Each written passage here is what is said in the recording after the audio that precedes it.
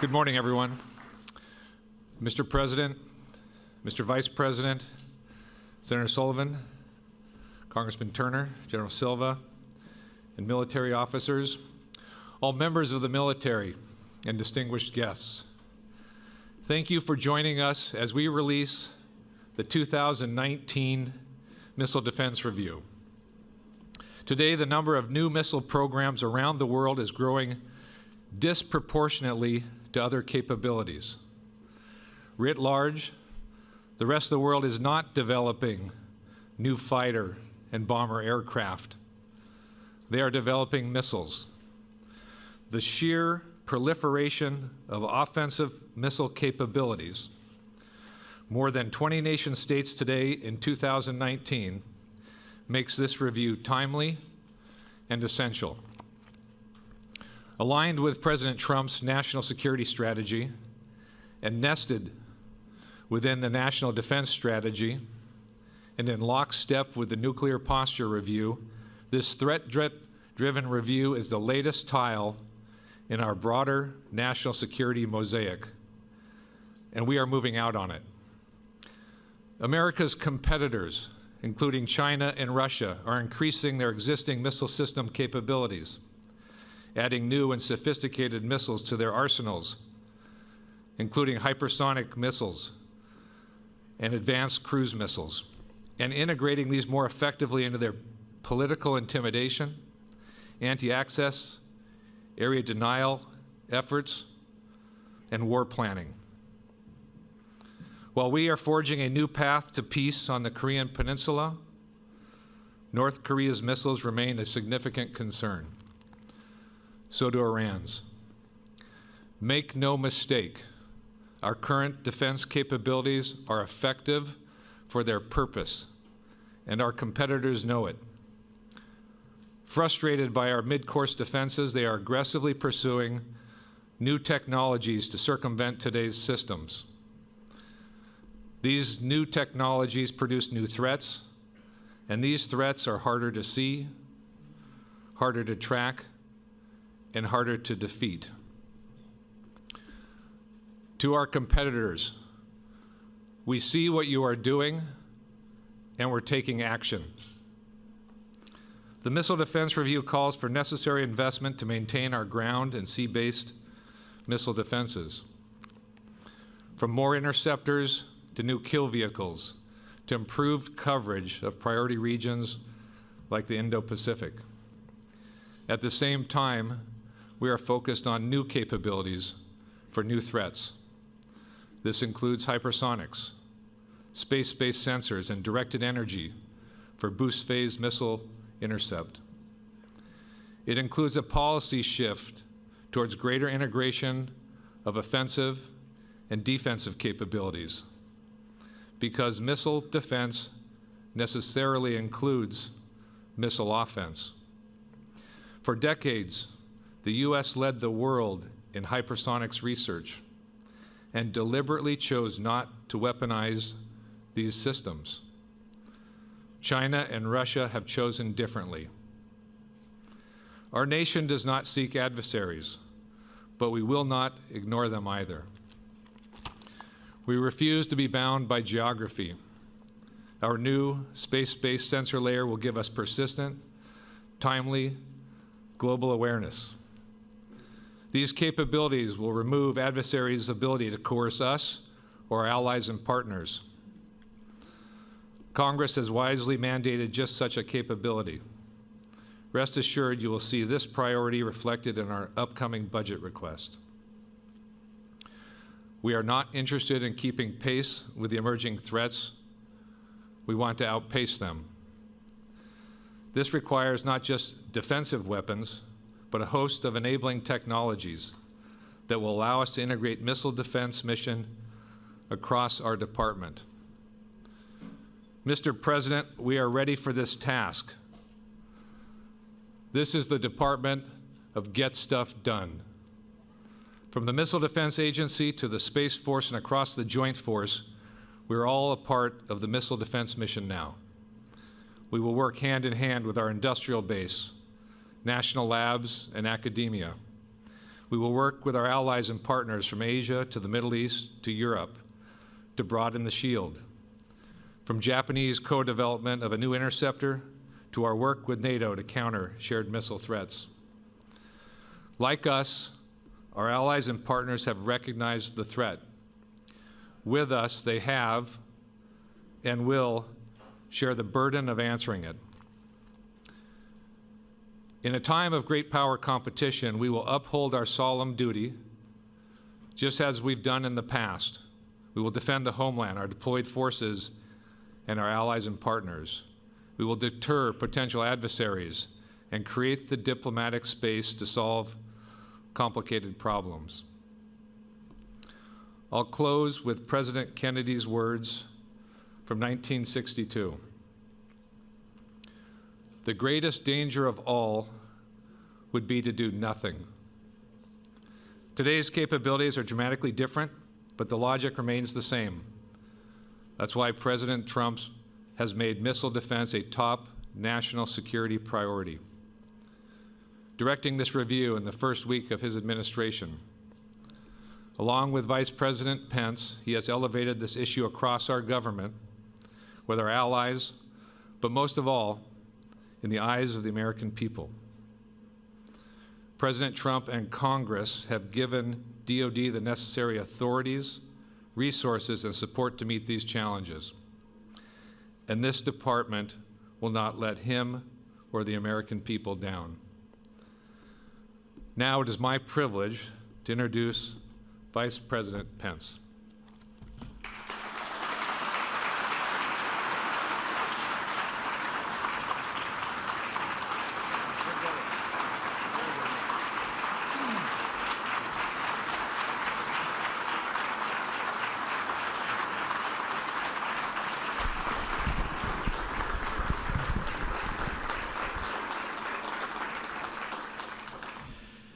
Thank you, Acting Secretary Shanahan, Secretary Mark Esper, Secretary Wilson, distinguished members of Congress, members of the Joint Chiefs, the leadership of the Armed Forces of the United States, and to all of you who wear the uniform of the United States of America. It is my honor to be with you here today at the Pentagon as our President unveils his vision for our renewed commitment to American missile defense.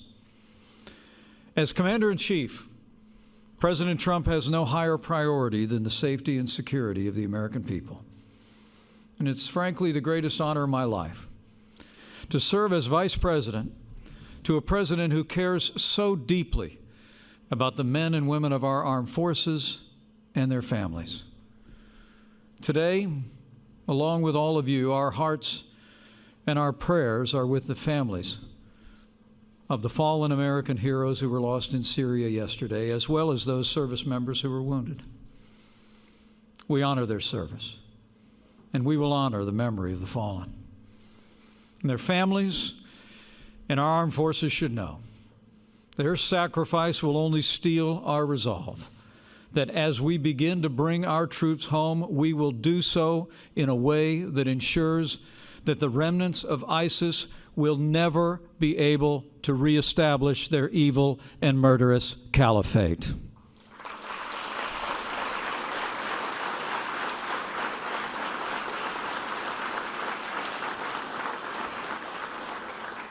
It's in that same spirit of resolve that we gather here today. Since day one of this administration, President Trump has taken decisive action to make the strongest military in the history of the world stronger still. Working with members of Congress in both parties, we're rebuilding our military, restoring the arsenal of democracy. And last year, President Trump signed the largest investment in our national defense since the days of Ronald Reagan, including the largest military pay raise in nearly a decade.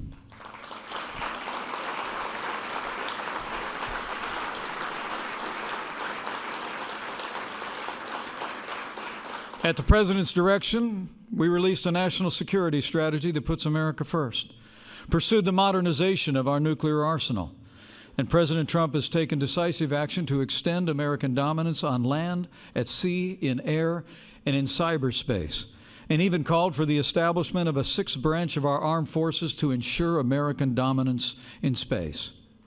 In the last 2 years, our president has made great progress to provide for the common defense. And today, by unveiling our new strategy for missile defense, President Trump will take another critical step to ensure the safety and security of the American people and our very way of life. This president knows that the American people believe that America first begins with peace through strength. So now it is my high honor and distinct privilege to introduce your Commander-in-Chief, the 45th President of the United States of America, President Donald Trump.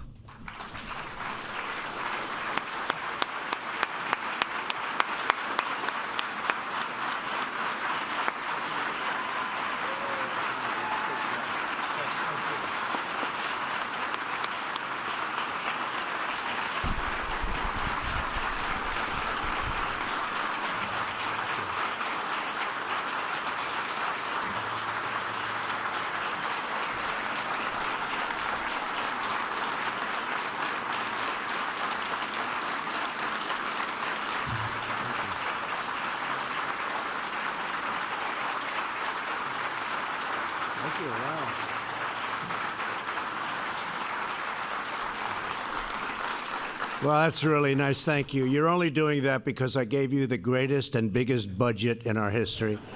And I've now done it 2 times. And I hate to tell the rest of the world, but I'm about to do it 3 times. So that's the only reason you gave me such a nice welcome. Thank you very much. And thank you to Vice President Pence for that wonderful introduction. It's an honor to be at the Pentagon with so many distinguished military leaders, and I especially want to recognize our acting Defense Secretary, Patrick Shanahan. He's been fantastic, wherever you may be, Patrick. Thank you. Thank you. We were talking just as I came on. I said, Pat, I have to go now. We're talking defense, and we're also talking offense. You know, we can't forget offense either, can we? We have the finest weapons in the world, and we're ordering the finest weapons in the world that you can be sure of. We're here to present the results of my administration's missile defense review. Our goal is simple: to ensure that we can detect and destroy any missile launched against the United States anywhere, anytime, any place. As we all know, the best way to keep America safe is to keep America strong, and that's what we're doing, stronger than ever. Joining us for today's presentation are great champions of missile defense in Congress, Senator Dan Sullivan, my friend. Thank you, Dan, very much. And Representative Mike Turner. Thank you, Mike. Thank you very much. Also joining us from the Department of Defense are Acting Deputy Secretary of Defense David Norquist. David, thank you. Secretary Mark Esper. Secretary Heather Wilson. Thank you. Undersecretaries of Defense Michael Griffin, Ellen Lord, and John Rood. General Paul Selva, thank you. Thank you, General. General Mark Milley, thank you, Mark. Thank you. Thank you. And congratulations. Very importantly, congratulations. General Joseph Lengyel and General James McConville. Thank you very much, everybody. Thank you. Before presenting the results of our missile defense review, I want to take a moment to express my deepest condolences to the families of the brave American heroes who laid down their lives yesterday in selfless service to our nation. These are great people, great, great people. We will never forget their noble and immortal sacrifice. This morning, I also would like to briefly address another matter of critical national security, the humanitarian and security crisis at our southern border. Without a strong border, America is defenseless, vulnerable, and unprotected. I also want to thank the military for helping us out during the big caravan period, but now you have more caravans forming, and they're on the way up. Thousands and thousands of people. We don't know where they're from, who they are, nothing. We need strong borders. We need strong barriers and walls. Nothing else is going to work. Everyone knows it. Everybody's saying it now. It's just a question of time. This should have been done many years ago. It should have been done by really by other presidents. And it wasn't. Just like many of the other things we're doing that could have been done many years ago, whether it's our negotiations with North Korea, moving the embassy to Jerusalem. So many things were supposed to have been done many years ago, and they weren't, but we're doing them. A wall has to be built. We need security at our southern border. Drugs flow in. Tremendous percentages of the drugs coming into our country come from the southern border. We're not going to allow it to happen. And that is why our Homeland Security professionals have asked Congress for a steel barrier between the ports of entry to fund more agents, beds, medical supplies, and technology, and to close the ridiculous and dangerous immigration loopholes that no country in the world has but us. The federal government remains shut down because congressional Democrats refuse to approve border security. We're going to have border security. It's going to be tight. It's going to be strong. We're going to let people into our country gladly, but they're going to come in legally. That includes for the farmers who need help and for others. But we are going to have powerful, strong border security. While many Democrats in the House and Senate would like to make a deal, Speaker Pelosi will not let them negotiate.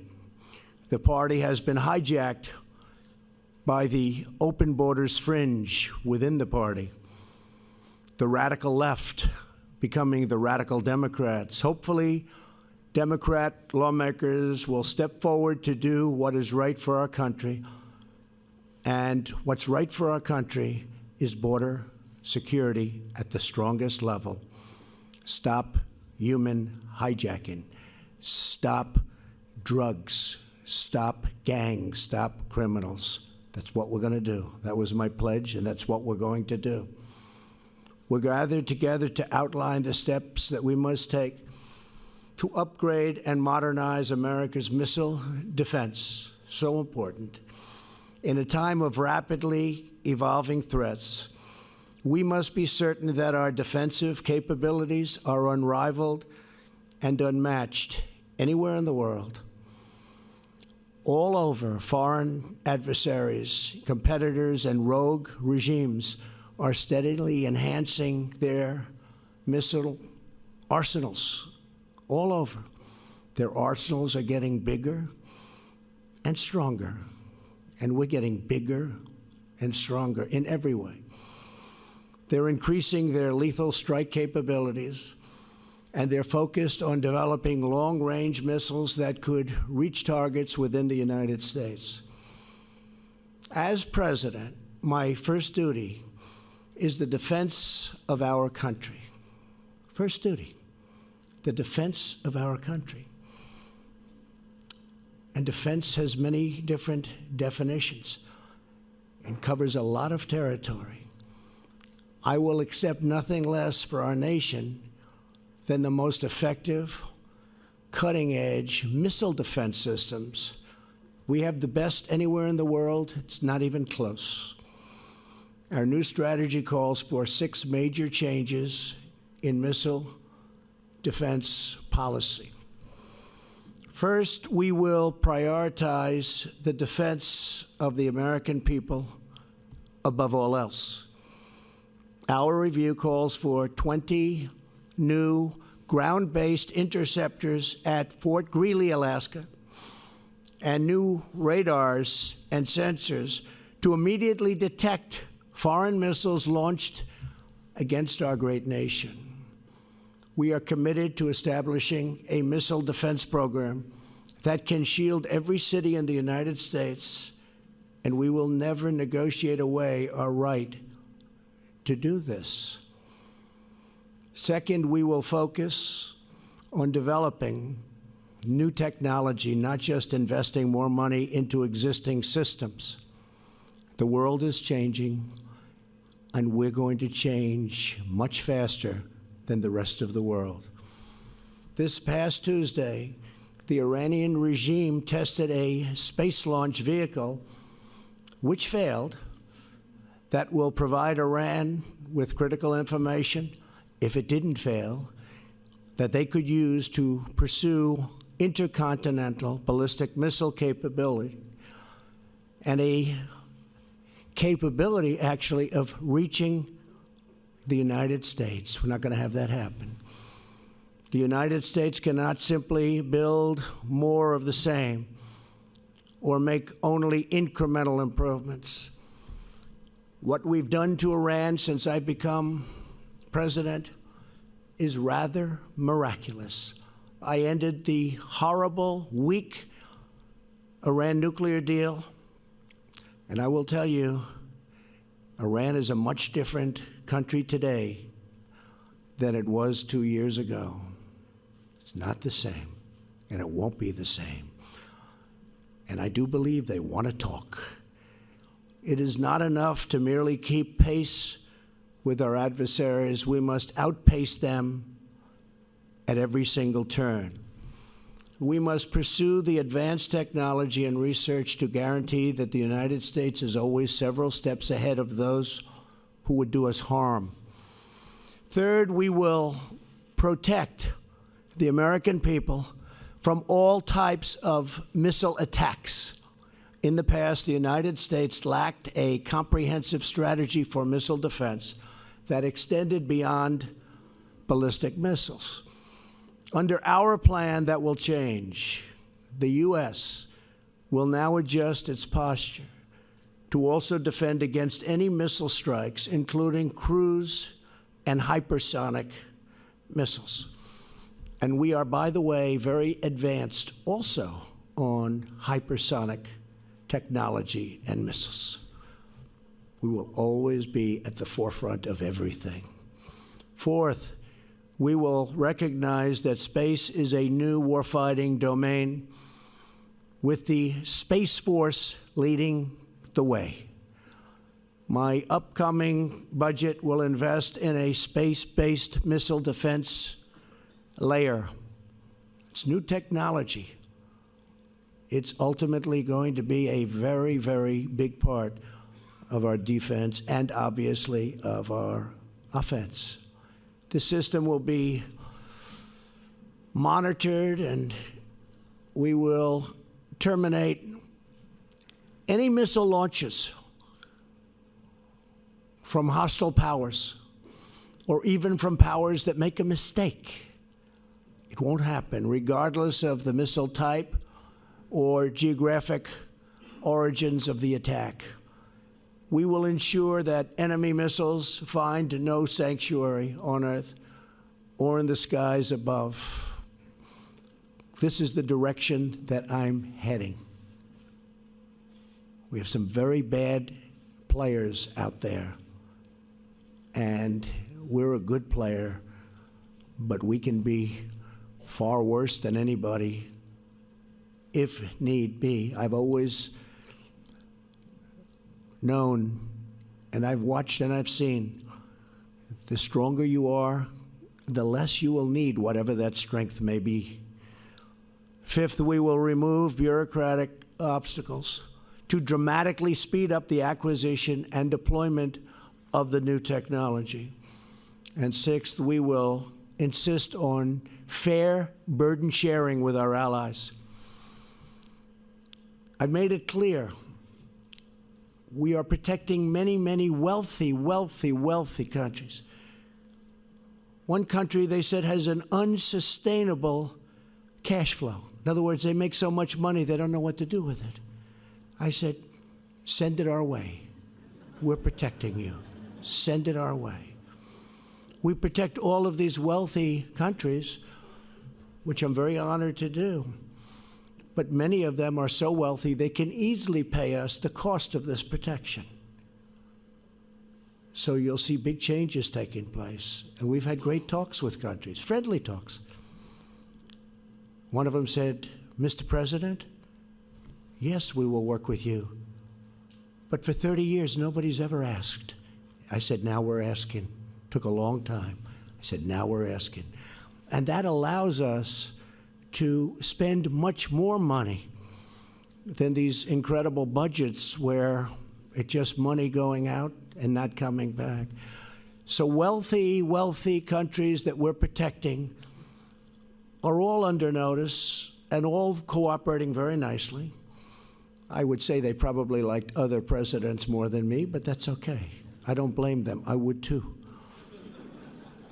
There was a recent poll in Europe. The original poll, when I first ran, I was one of the most popular people in the world.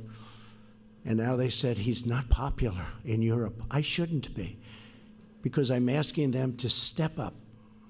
You have countries paying less than 1% in NATO. Last year, I raised $44 billion more by saying, I'm sorry, you have to step up. The year before that, my first year, so I was just getting started, I raised $24 billion with one meeting. And until that, it was just going down. It was going down. For 15 years, it was just going down.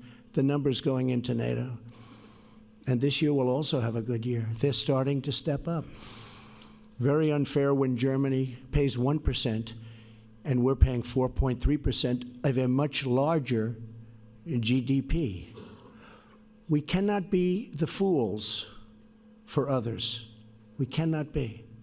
We don't want to be called that. And I will tell you, for many years, behind your backs, that's what they were saying. So there's a big difference. We're going to be with NATO 100%, but as I told the countries, you have to step up. You have to pay minimum numbers, actually. The numbers should be much higher. They set a 2% goal. Very few pay that, but they should be much higher than that. If you look at what we pay, it's massively higher than that. So we have very good relationships, but countries are now stepping up, and they can well afford to. In furtherance of this goal, our plan directs the Department of Defense to prioritize the sale of American missile defense and technology to our allies and to our partners. We want them to be able to defend. And they're willing to pay for the finest missiles in the world. They've already done that. They're stepping up like nobody's ever seen before, actually. We will also leverage our network of partnerships to share early warning and tracking information and detect missile launches as early as possible. Today marks the beginning of a new era in our missile defense program. For too long, we have been held back by self-imposed limits while foreign competitors grow and they advance more than we have over the years. Part of the reason is we spend so much money on so many other places. Now that's changing. We're helping, and we're able to spend money on technology and new defense and far beyond defense systems. So those days are history. Our strategy is grounded in one overriding objective: to detect and destroy every type of missile attack against any American target, whether before or after launch. When it comes to defending America, we will not take any chances. We will only take action. There is no substitute for American military might. But when I took office, you know it better than anybody in the world, our military was very tired. It was very